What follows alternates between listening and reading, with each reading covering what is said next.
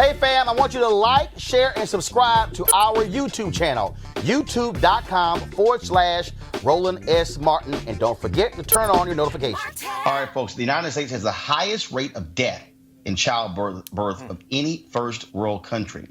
Around 700 mothers a year die in childbirth.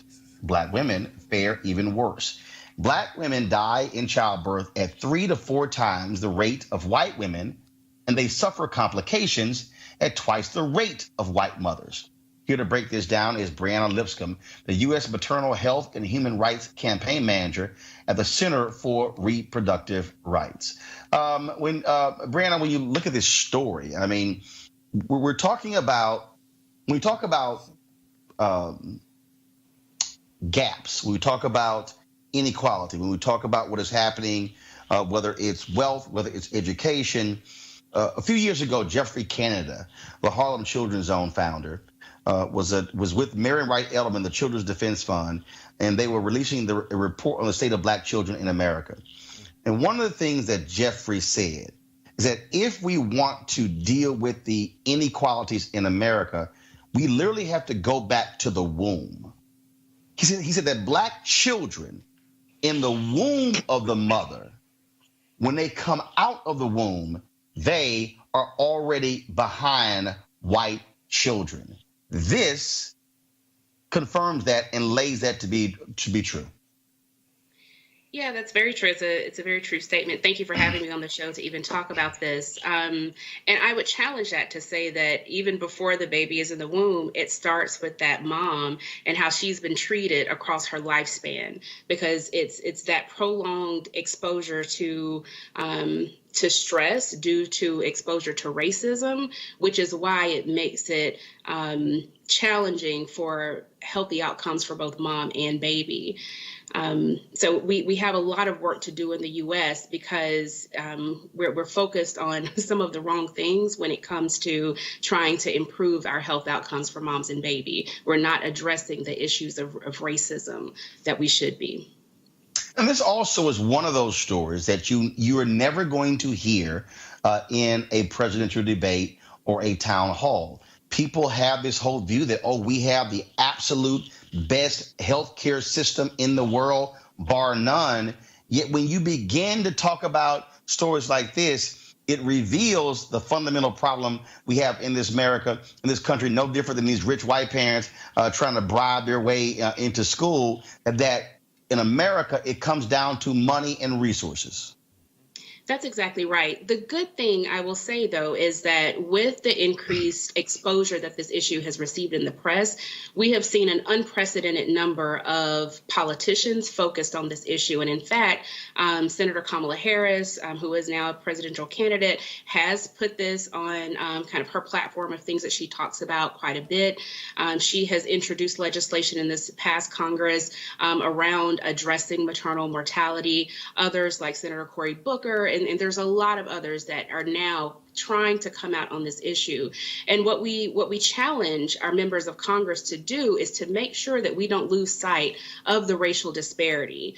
In fact, the bill that passed this past December was great to help us with quality improvement initiatives in hospitals. We need that, but it was missing the piece about how we close the disparity gap. And when you have Black women dying 3 to 4 times the rate of white women, I think it's clear that we have to address the issue among Black women first if we really want to see change. And many of the bills are missing that. This week, Donald Trump released his budget. What is the impact of his budget on this issue and these women? That's a great question. I have not looked at the budget in detail. What I do know is that the current administration has constantly put sexual and reproductive health care services and access to those services under attack.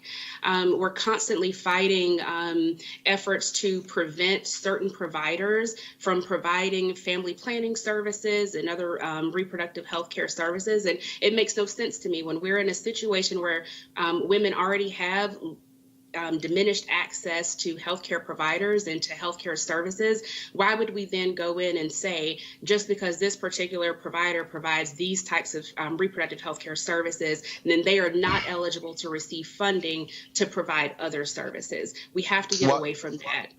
Breana, just pulled this up. So Trump is calling for a 21% cut to the Department of Health and Human Services, and we're talking about, of course, that quality of care dealing with a number of folks. So, for instance, the budget would propose a $451 million cut to training programs for health professionals. That's one thing, and also massive cuts to Medicare as well. Yeah, that's problematic. I think anytime that this is the thing, the U.S. is already one of the leading spenders when it comes to healthcare, really any nation in the world, yet we have the worst outcomes. So we have a lot of work to do, because then if we already spend more than anyone else, but now we want to decrease the services. We're not providing preventive care services. We're waiting until people get sick, right? And so I think that instead of cutting healthcare and training that our providers need, what we need to figure out is, what type of services would help our women, specifically Black women, get to where we need so that we can stop dying when we just simply want to have a baby. I think the other thing, since you mentioned the training of providers, is that we have to think about the diversification of our medical workforce. When it comes to physicians and nurses, Black people are severely underrepresented in those fields. And then when it comes to the people that are actually in the education, providing the education to those providers, we're even more underrepresented. So if we don't have Black people training our providers on how to care for Black people, how can we ever expect our medical workforce to provide care that's free of discrimination and bias? That is a major concern we should have. Questions there from Lauren, Greg, and Demetrius. Lauren first. You know what? I don't have any questions because she was good. And I've seen these stats before. It's just amazing situation. Sister Lipscomb, we talk about the gap, and I was reading the USA Today report. 50,000 women who may have survived but still were injured. Let me ask you just a very direct question. How do we close the gap in a country where it's so clear that Black life is not only undervalued, it's not valued at all? I mean, how do we address the cultural issue? That's a great question. And I think it goes back to making sure that we talk to providers head on about the situation. Like I said, a lot of the funding that has come out to address maternal mortality has focused primarily on quality improvement initiatives in hospitals, and we do need that. But until we start talking to providers about why a Black woman comes in and says repeatedly, just like Shalon Irving did, just like Kira Johnson did, just like Serena Williams had to, advocate for herself and say that something is wrong and this is the problem, and for whatever reason their providers don't listen to them, and sadly many of the women are ended up dying or having severe maternal complications. Until we figure out why that is happening and how we can fix that, we are not going to close this gap. And so I think we have to have an honest conversation about race and racism and discrimination and bias, and how that's manifesting in the care that's delivered to women, that's resulting in women not being able to raise or live to raise their own children. Thank you. Demetrius, you have a question? Yes. And talking in terms of Black women, the access that they may have to quality healthcare centers, hospitals, what do you think what steps do you think need to be taken to make sure that we can build more of those and have it in areas where they live, instead of them having to go miles and miles away from their homes to the nearest hospital? That's a great question. I mean, we're seeing unprecedented rural hospital closings. I'm located in the South, so we're seeing a lot of rural hospitals that are closing simply because they just can't financially afford to keep their doors open. And so we do have to figure that out. I know there's been a lot of talks around telemedicine and the role that that can play. I think a couple of things. One is we also have to allow women to make choices about where they want to deliver. So historically, we've had traditional midwives that have provided care to all women, not just Black women. Midwives back during slavery and since then have been delivering babies for white women too. Yet somehow we have medicalized childbirth and no longer really give women an option of whether they want to deliver in a hospital or not, and in many areas have criminalized traditional midwifery. And so, one, if we can go back to allowing women to have a choice about how they and where they would like to deliver, I think that that can help.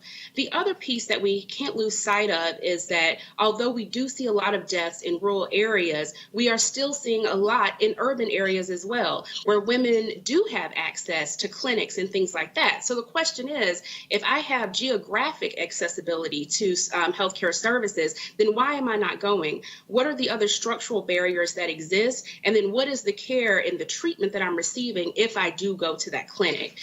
So these are just other barriers that we have to talk about. And we're not going to get those answers unless we center the voices and the lived experiences of Black women. So we have to have Black women at the table when we're making these policy decisions and having these discussions. All right. Roland, can I say one thing? Breana Lipscomb, we certainly appreciate the amount of time. Breana, I certainly appreciate it. Thank you so very much for joining us. Thank you. All right, folks, back to our Roland Martin Unfiltered video in just one moment. All right, folks, calling all HBCU alumni, students, and leaders enter the Ford Motor Company HBCU Mobility Challenge and win $25,000 for your school.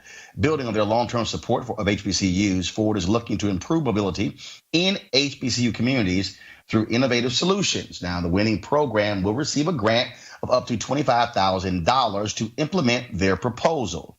The deadline to apply is March 31st, 2019. Go to FGB.Life, that's FGB.Life, for more information and to apply. Ford goes further in our community. Now back to your Roland Martin Unfiltered video.